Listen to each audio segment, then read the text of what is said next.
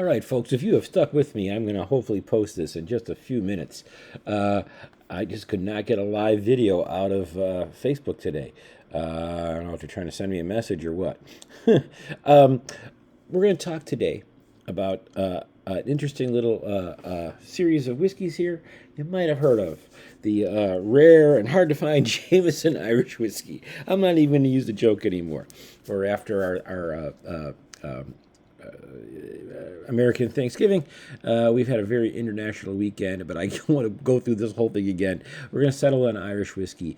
I kind of feeling like now that we're going to kick into December tomorrow, it's time to start buying that stuff for parties and things like that. Yeah, we have Thanksgiving parties, but those are a little. I mean, unless you're whatever, those are more kind of get together with family and relax, and maybe if you're drinking whiskey, you're having a little bit, but it's not kind of the party celebration that we don't go to office Thanksgiving parties generally. So, well, I don't go to any office parties. Hold on. See, I'm shooting this. I could have edited that out. But anyway, that's the point I'm trying to make is, whiskey is great for parties. I love parties. And Christmas is coming up. So even though we'll talk about Irish whiskey again in just a couple of months for St. Patrick's Day, I thought I'd talk about this series of whiskeys. Mostly because I had bought, I've said this so many times now, trying to get this video going. I had bought the Triple Triple, which is their newer release here, about a couple months ago, I think, maybe a month and a half ago, 6 weeks ago, whatever. And then last week I had another nice long experience with it, and I really enjoyed it. It's a tasty little sip and a nice little value, and I'm going to talk about it more in a second. But then it started making me think about some Jameson, and some people are asking some questions about it and talking about the different Jameson series. And then I realized that I had, at that time, I thought I had 4 of their core range products. That would be the original, the Triple Triple that we just got, the Black Barrel, and I knew I had Cold Brew. And then I forgot that I actually had IPA, Caskmates, in a storage room. So I actually have 5 of their core range. So I'm going to talk a little bit about them and let you know what's happening here. One little note I wanted to kind of put out there is this. Jameson is not a distillery per se. Yes, there is a Jameson distillery. Yes, it's being distilled at a distillery, and it's called Jameson. But to get a little bit more of an understanding of this, Jameson is more of a brand name that used to be a distillery. And then the Powers Company, this was a long time ago. I don't even know if I want to get, I could give you a date. You know what? I don't know if I have it. Yeah, Irish Distillers. This was in 1960. This is when the distilleries, the Cork distilleries, and the Jameson distilleries, John Jameson Son and Powers and Son, I should say, these were the 2 distilleries in Cork, came together to form this kind of multi-distillery called Irish Distillers. Some other distilleries jumped on board. Bushmills was there for a while, and then left when it was sold to Diageo. So this kind of mega distillery became known as the New Middleton Distillery, and it opened in '75, and that's where this is coming from. So to understand some other things about this New Middleton Distillery, you have to understand that Jameson is not only produced there. The other distilleries that fall under that, or brands that fall under that, their auspices, is not only Jameson, but Powers, as I had mentioned, it makes sense. Redbreast, okay, Method and Madness, Middleton Middleton Very Rare, and finally, the Spot range of, now my computer just like, how did it go to sleep? Anyway, the Spot range, which is a green spot, yellow spot, they're all made in the same place. They're all produced in this New Middleton distillery. Okay? Kind of interesting stuff there. Let's talk about their core range. Now, they have, older age statements. They have some specialty bottlings, all that kind of stuff. Right now, their core range is falling into, if I can count right, I think 7 different bottlings. that would fall under the originals. The original would be this because they're using the original blend, Jameson Standard Good Old Irish Whiskey. The other one that's falling under that column, so to speak, it literally is at a column on their website, is this triple, which I'll talk about a little bit more. This is kind of their newest interesting experiment, trying to stay within the price range, within maybe 25% of the original, but trying to do something a little different. Then in their barrel series right now, they have the black barrel. Okay, this has been around a long time. This is double. This is the char or the casks for these are double charred, so that gives it a little blacker flavor, a little more sweeter notes, a little more burnt sugar notes and stuff like that. The next one in their series is called the Caskmates series. The Caskmates series is an interesting one. This is where they are making their distillate, and then they are not flavored. Please understand that this is finish aging, okay? We'll get to flavors in a second. Finish aging in some type of other cask. So Jameson has done this in this Caskmates series. They do it in an IPA from an Irish IPA at a distillery. I had it written down here, but I can't. Well, you know what? Maybe it's in these notes. Sorry. Let's see.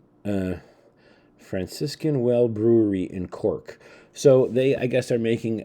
They make a stout, and then they also make an IPA, and they are using basically casks or barrels that this beer was being held in, and then that is being used to finish age the Caskmates series. We'll talk about that in a second. Finally, we're going to talk about the flavor series. That's the only one left out. The flavor series is a little different. Flavor series is they are actually adding something. So while these all say Jameson Irish whiskey, Irish whiskey, Irish whiskey, you will not see the Irish whiskey stamp on here. What you will see is whiskey and coffee. Okay, the Cold Brew is one that we've actually had a couple of bottles of, and this is I'll just tell you, it's a Jameson Irish whiskey infused with a natural cold brew coffee flavor. Okay, natural cold brew coffee flavor. Not sure about that, if it means it's some kind of beans or that it's soaked in beans. Who knows? They also have a orange one, which, from all things that I can tell, don't dig it so much. So there you go. All right, I'm going to kind of go down the line here, and it makes sense to do this, actually. Let me start with the original. So we're going to talk about the Jameson original. All of the whiskeys that I'm going to talk about, with the exception of the flavor series, are actually at 40%. The flavor series is another thing, along with not being actual legal whiskey, it's actually bottled at a much lower ABV because they are adding some kind of flavor. I don't know if they start at 40, but this is at 60 proof. So that is another reason why this can't be called whiskey legally. All right, so we're going to talk about the Jameson original. The Jameson original is really just, it's a 40% ABV whiskey aged in bourbon casks. I don't know if there's any sherry influence. It's hard to tell sometimes. I don't know. There's something on the front of the print here to let us know about that. But yeah, I bought a little bottle only because I think this bottle of Jameson, I think I wasn't going to be that specific about Jameson after a while, and I think I was trying to finish off a little bit of Sexton single malt Irish whiskey. I just wanted to get rid of it, so I think I made kind of an infinity bottle and added a little bit of this. So even though that bottle looks almost full, I did buy a little bottle today at the convenience store, just so I was making sure I was drinking pure, unadulterated Jameson 40 ABV Irish whiskey. I don't know there's much else to tell you. You've seen it at movies, all that kind of stuff. Let's see.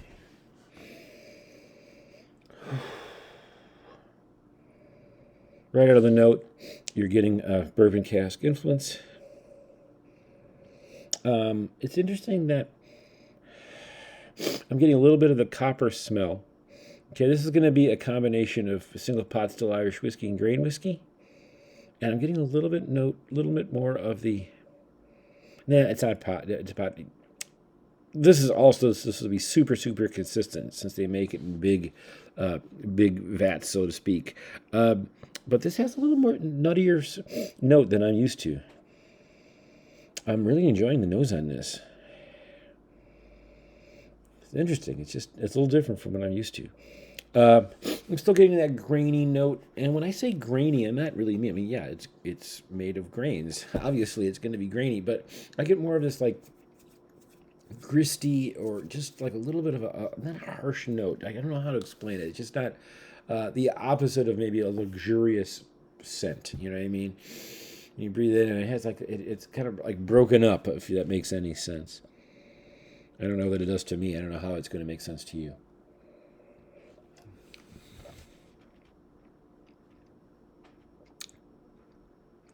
On the taste, this is your typical aged in ex-bourbon barrel Irish whiskey. It's tasty. It's actually probably one of the first times I've drank it neat in quite a while. Gotta say that for sure. It's tasty, and there's a little bit of vanilla in there now that I'm figuring out. A little bit of almost like the if there's sweetness in there, it's not overly. It's not coming from like corn sweetness that you would get in bourbon. There's a little bit of a. Let me explain. There's a little bit of a creamy note. I don't mean like good Irish cream. I mean like the cream in a cream to mint candy, or even an Oreo, maybe that little white little. Which is, I mean, it's not bad. There actually is some nice flavors here.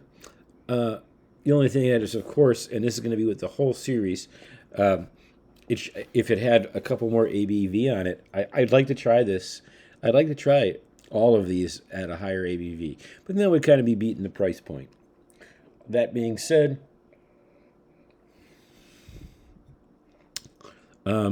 they're not trying to blow you away with super flavorful, kind of deep and dark notes here.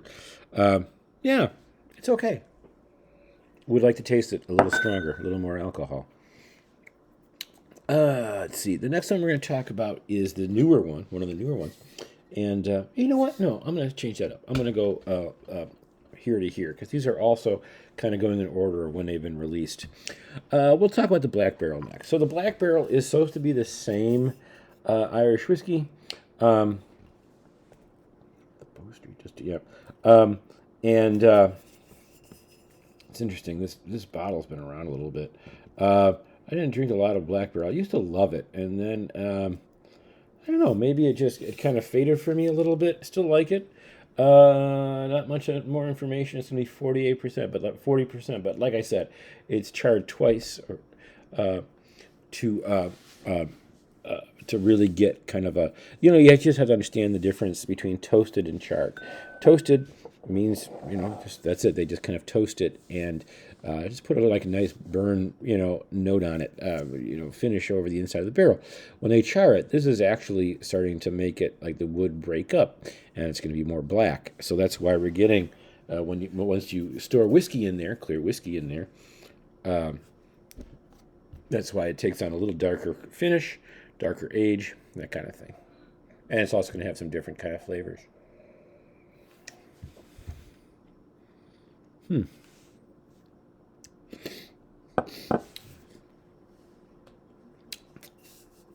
Yeah, that's still a good one. I have to have a little more of that. I didn't know that. I didn't know that. Jameson Black Barrel is the creamy notes, the nutty notes are still there, but the chocolate notes are amplified a little bit here. This is a nice improvement. A little bit more caramel note. and a little bit more piney. Sometimes when bourbon is with a high char level, or any whiskey is really using a higher char level, sometimes that translates to me on the nose as being a little more pine or a little bit more earthy.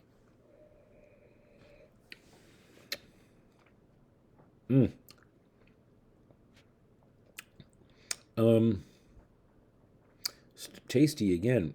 I like that add. It also gives it a little bit of a cherry note, not sherry, but cherry note on the end.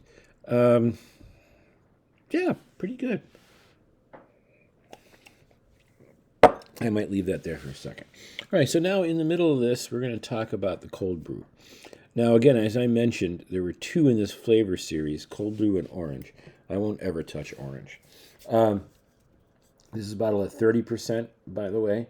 And like I said, they have just said, it says Arabica beans, Brazil, and Colombia. No sugar added. There's an asterisk. I don't know if there's going to be more explanation on that. Alcohol by volume, 30%. Calories, 70. Okay, for a serving size of 44 milliliters. All right. Best enjoyed chilled, over ice, or in a cocktail. And I will tell you, this is not a neat sipper. Okay? Just by itself, lukewarm, a little colder because it was in a storage area, which is close to an outside wall.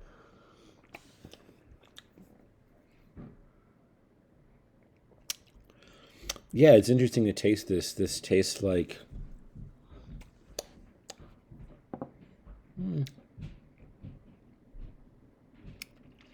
It's interesting that it kind of tastes like a White Russian, meaning vodka and what is it, Kahlua? Yeah, this I remember liking this, adding it to I just making an Irish coffee. I remember liking it to or liking it with some just cream on ice, but it's definitely not a sipper. I remember buying it and being like, "What am I drinking?" And then we went through it, and then our old neighbor in our old place gave me another bottle of it, which I actually I don't. I'm gonna leave this out now. It was kind of tucked away, kind of sealed up, but I'm gonna leave this out and make an Irish coffee with this. It's pretty good. Again, this is not designed for sitting down and sipping because it's a little bit rough. Or just it just tastes like whiskey and coffee. But adding a little bit of cream to it, this would be tasty. And maybe adding it to as your whiskey element with making an Irish coffee, that would be good too. Just remember, this is only at 30%. That's it. Like I said, I'll never touch the orange. All right, let's get into their newer ones. So the IPA edition, again, this is a local to them, not to me, brewery that they are now obviously using. The beer has been emptied from the barrel. They've played the polka, and now, well, not polka. Well, I don't know what it's called. A jig? I don't know what it is in Ireland. Anyway, tangent. And then they aged probably their normal distillate. I don't know that they maybe, could it be longer, a little bit older? I'm not really sure. Still bottled at 40%. Let me try it again. I like to be drinking that after drinking the cold brew.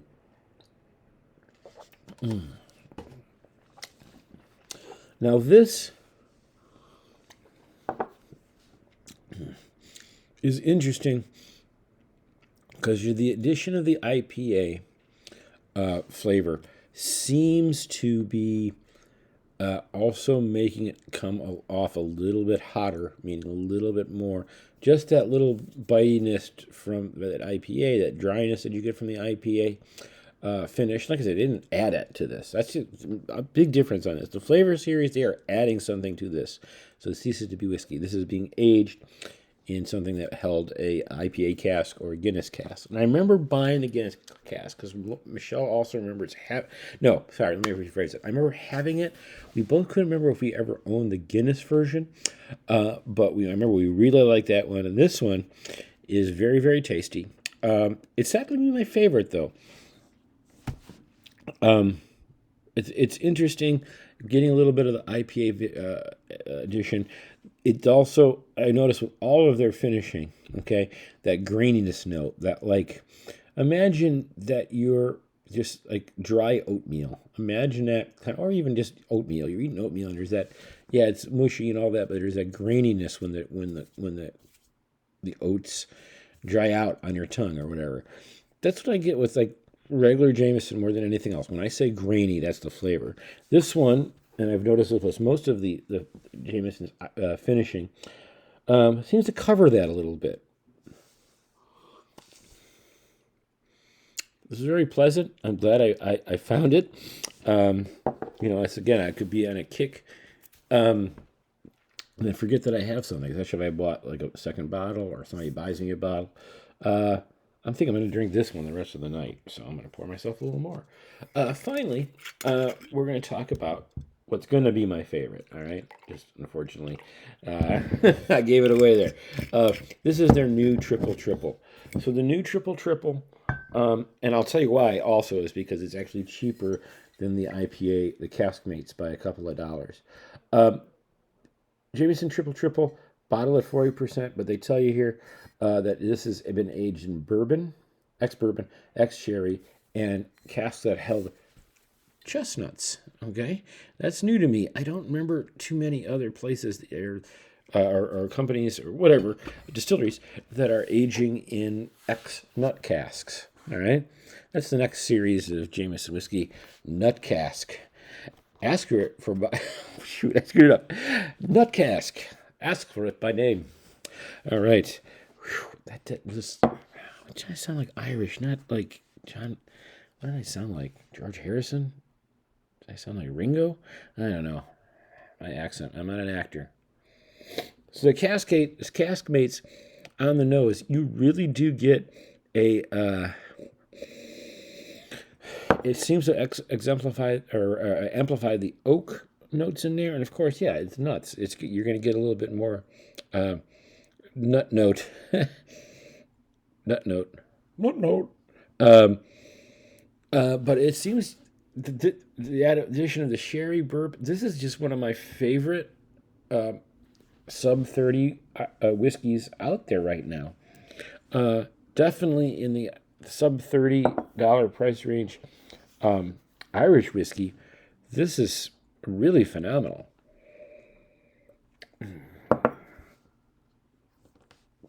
I may have been wrong because I was pricing these out in different places. Binny's might have the Caskmate series and this new one. This is not the reason why they wanted to keep this in the original series, so you can see the labeling is close to the original one. All right. I won't pick up that bottle, but you can see that the little bottle. You can see that it's close. All right. Whereas the other ones have different colors. But this is a real fabulous whiskey. $30 listing. And most of the time, I got this one for $2 or $3 off. It's going to be on sale during the holidays because it's their newest edition. I was just into our local Julasco tonight, and they had only two Jamesons. They had this one, and they had this one. So this is going to be the one that you're going to probably find the quickest, and I'm going to have to highly recommend this. Excellent holiday week whiskey, too, because it has a little sherry note. The chestnut really does change things around. Let me take a good taste here.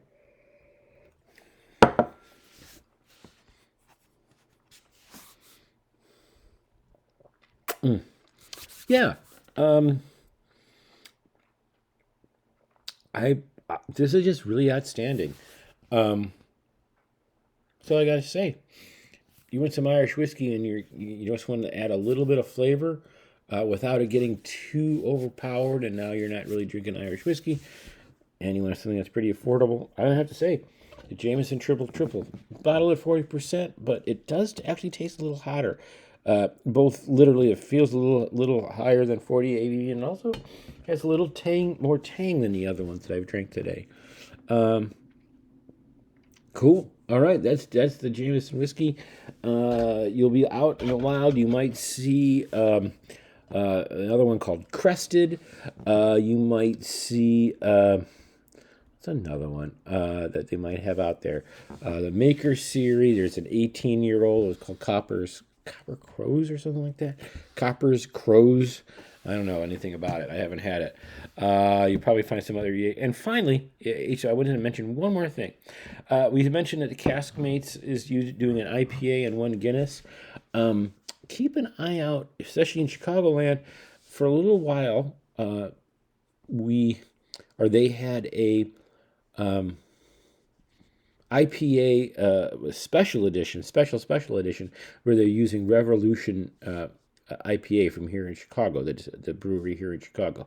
They were using that as a very special edition, and it's pretty easy to find because the Chicago flag, the 4 stars of the Chicago flag, were actually on this cover. But it was an official release from Jameson, but it was obviously a limited and was probably more easy to find here. I did not own that one, but I bought it for someone else as a gift because it really wasn't that much more expensive than the regular Caskmates. And we drank it together, and we really liked it. That was really good. So if you see that one, you might want to grab that one. All right, that's all I got for now. That's Jameson Irish Whiskey. The other thing, if you were sharp-eyed, noticing if you're Scotch fans, I had been mentioning in my Klein Leaf video that I'm really starting to get into single malt Scotch whiskey, specifically, the blended Scotch whiskey, sometimes blended malt, Compass Box. Because prices are so high right now, it's hard to buy single malt Scotch whiskey, feel like you're doing something. So we were walking through a store before Thanksgiving, and as you know, we already have the Orchard House from Compass Box. We have the Peat Monster from Compass Box.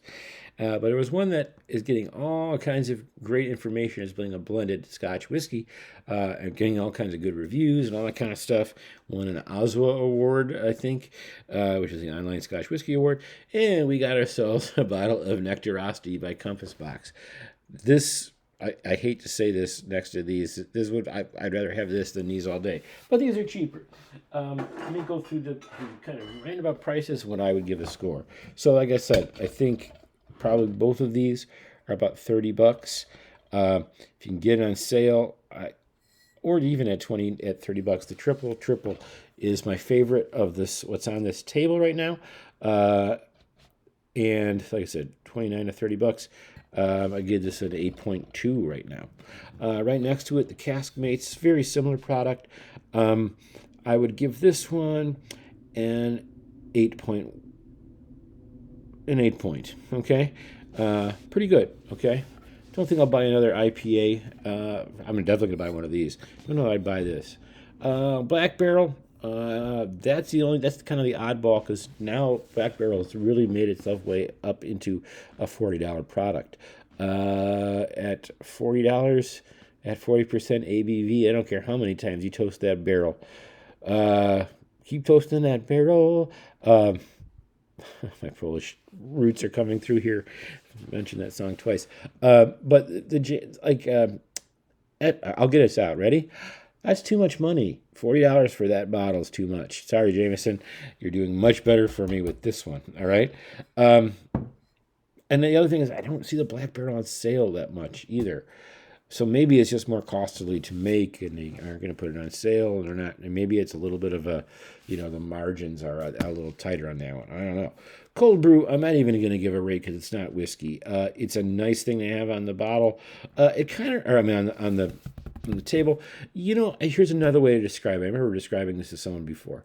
Think of coffee liqueur, and if you've ever added coffee liqueur to something, now that's also going to have a lot of sugar added. But if you have had that and it's just you wanted the flavor of coffee, you didn't want cinnamon roll or coffee roll. You know what I mean? Like it just really. Maybe this would be a good thing to mix up. I could see just making any drink that uses coffee, regular coffee, and take maybe I would say what would be a good way to think of it? Think of it like 2 parts each to do the math. I can't do this one. uh, um, uh, regular coffee. Um, Use this and then add a little bit of cream. It'd be nice. Throw a cube in there. Really good stuff. You could also fake a White Russian with this. It adds kind of a step, but who knows? If you don't have Kahlua around, you can do this with that. So that's the cold brew. Did I give everything? Oh, I didn't give the final one. So the final rating, I am going to give a 7.8. I think I've always given Jameson Standard a 7.8. That might be a little bit generous just because it's the most popular and it's kind of cool. And, in Chicago especially, it's, you go in there and you don't want to make a big production about it. What do we, to me, I think if you're going to order Irish whiskey, I think we're a Jameson town. I don't know. Maybe we're a Bushmills town, or maybe like Northsiders are Jameson and Southsiders are Bushmills. I don't know. I don't care. It's just I think it'll always be in that range for me, the regular one. So cool stuff. Yeah. So that's again. I give a big thumbs up to the triple. Just grab one. You will not be disappointed if you like nice, mellow, smooth Irish whiskey. Sip it. Tasty enough to sip. Also, the IPA I'm kind of big on. You know what you're getting with the regular one. Black Barrel, for my score, has gone down a little bit. And again, it's not because it doesn't taste good. It tastes very good. It's just a little too high priced. All right, folks. Thanks for sticking with me and maybe making it back to here. It seems like I've been shooting this video for an hour. Probably have. All right. We'll see you.